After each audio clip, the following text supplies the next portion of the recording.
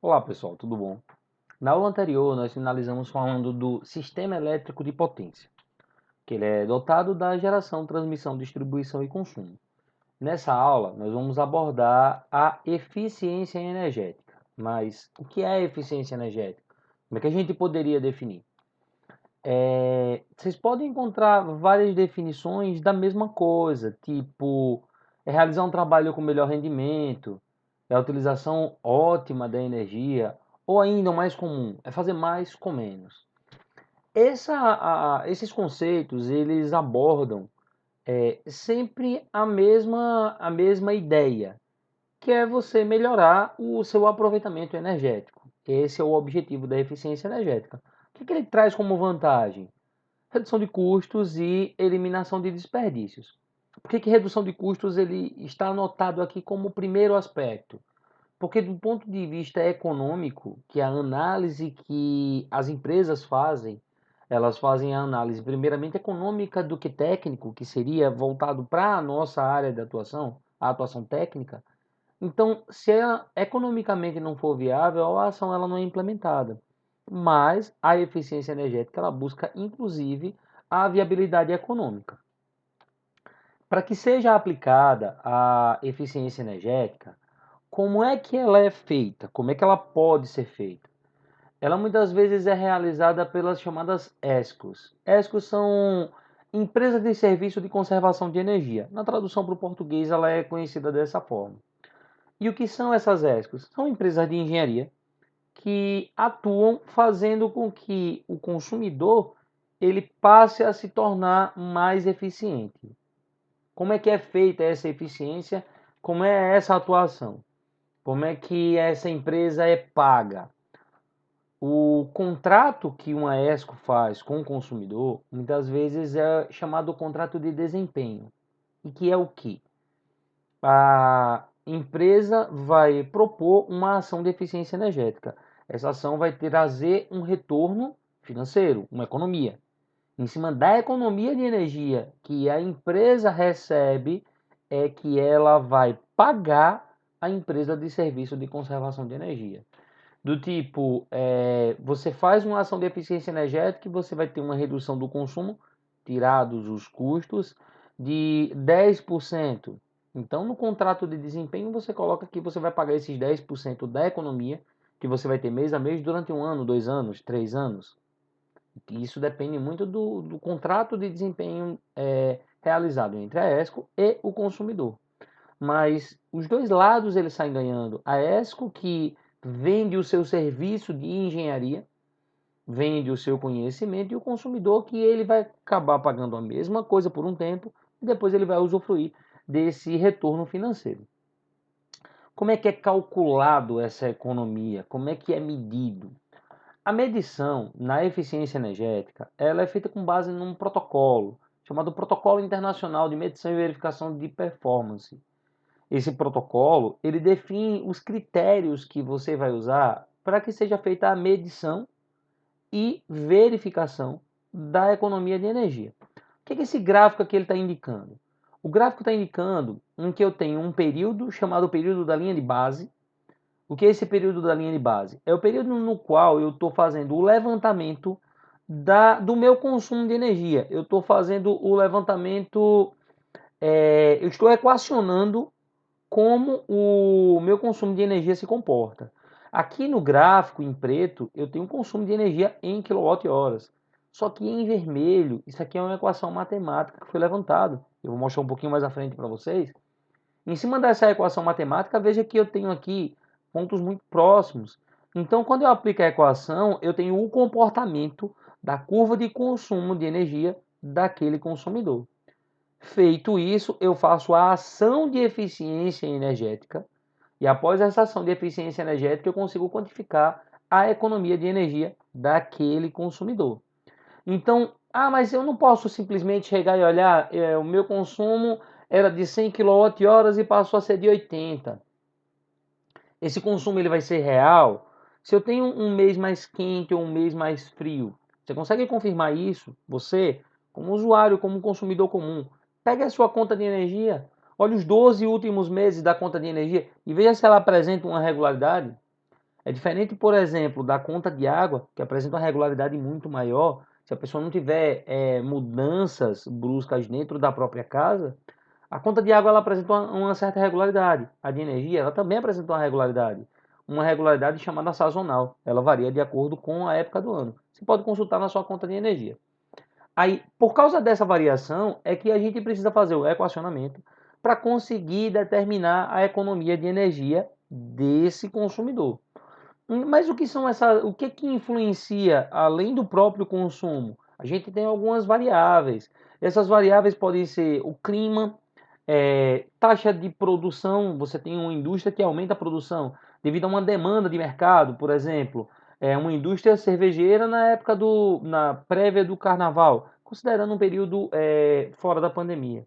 Então você tem uma necessidade de aumento de produção, como por exemplo, o aumento de produção das indústrias de álcool 70, quando veio a pandemia. Você pode ter taxa de ocupação de hospital, hotel, escola. Então, são variáveis que influenciam dependendo da dinâmica da empresa que você está fazendo a análise. Com isso, você faz a relação matemática do uso da energia. Então, essa relação matemática, veja, que a gente está relacionando duas grandezas. Quais são essas duas grandezas? Em verde, nós temos o consumo de energia em kWh mês. E em azul, a gente tem uma verificação de temperatura. Eu não vou entrar no detalhe aqui dessa grandeza, que é chamada de grau dia refrigeração, vocês podem pesquisar, mas é uma grandeza que avalia a temperatura ambiente. Então, ele comparando a temperatura, veja que tem um comportamento muito parecido. Visualmente a gente consegue enxergar, mas eu consigo medir o quanto ela se relaciona, eu consigo. Quando eu faço o cruzamento de dados, quando eu pego e trato o meu consumo de energia em função da temperatura, eu acho a correlação entre elas. E eu tenho aqui uma equação que poderia ser outro tipo de equação. Mas se você encontra uma correlação boa com equação linear, a gente sempre lineariza para tornar mais simples, porque o resultado ele já é aceitável. Então, tem um equacionamento matemático, em cima da equação, eu consigo o comportamento da minha curva e a partir daí, após a ação de eficiência energética, eu consigo saber, eu consigo mensurar, eu consigo medir, eu consigo verificar qual seria o meu consumo de energia. Então, eu consigo determinar a economia de energia que eu vou ter. Aí, vou falar um pouquinho aqui das políticas públicas. Não vou estender muito, porque senão esse vídeo vai ficar muito longo. A gente tem o Plano Nacional de Eficiência Energética, previsão de redução de 10% do consumo. Tem o PBE e Procel, que eu vou falar um pouco melhor no próximo slide. O Programa de Eficiência Energética da ANEEL, a Lei 9991 de 2000, que apesar de ser uma lei de 2000, a gente já tem mais de 20 anos dela, ela continua sendo aplicada. E você tem aí a aplicação de 0,5% da receita das distribuidoras, as concessionárias e permissionárias de energia, em ações de eficiência energética.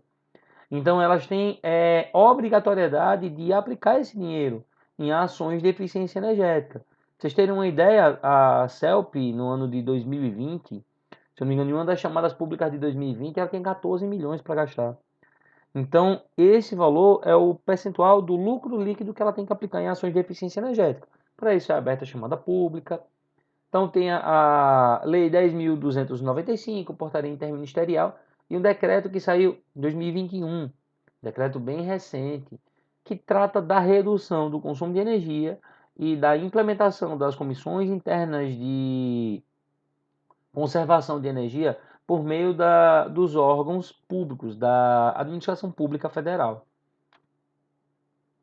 Eu disse que ia detalhar um pouco mais os selos. Aqui a gente tem, é muito comum as pessoas confundirem e acabarem chamando isso aqui de selo Procel. Esse é o selo Procel. Esse selo aqui indica que aquele produto, dentre vários produtos do mesmo tipo, ele consome menos energia, ele é mais econômico. Então, esse selo daqui, então eu tenho um ou outro? Não, mas você pode ter só o selo ENSE, que é do PBE, Programa Brasileiro de Etiquetagem. Você pode ter apenas esse selo aqui, mas se você tiver esse selo e esse, está dizendo que aquele equipamento, além dos detalhes que você consegue no selo ENSE, ele indica que ele tem um menor consumo de energia. Aí o que esse selo aqui ele traz de informação? Aqui no início ele fala do tipo de energia, fala da classificação, onde eu tenho a letra A mais eficiente, à medida que vai avançando, vão avançando as letras, ele vai se tornando menos eficiente. Eu tenho um consumo de energia em kilowatt, nesse caso, porque é uma máquina de lavar, é kilowatt por ciclo. Então você consegue fazer uma previsão em cima do consumo de energia que aquele equipamento lhe diz, com a quantidade de horas que você pretende utilizar aquele equipamento, a quantidade de ciclos, no caso de uma máquina de lavar. E consegue fazer uma previsão em cima da tarifa da energia elétrica de quanto aquilo vai lhe custar por mês na conta de energia. Você consegue ter uma ideia. Aqui tem outras informações, nesse caso, eficiência da lavagem, eficiência da centrifugação, capacidade de lavagem, etc. Por fim, onde a gente consegue aplicar?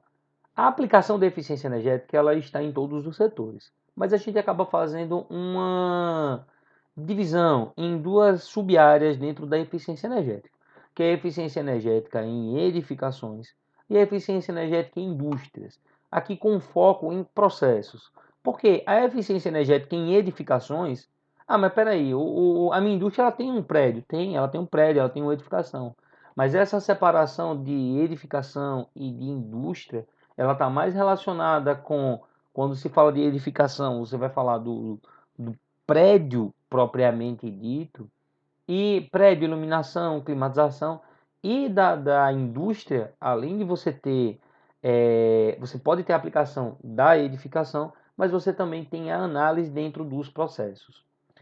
Na aula seguinte, a gente vai falar sobre gestão energética e análise de faturas de energia. Então, um abraço, pessoal.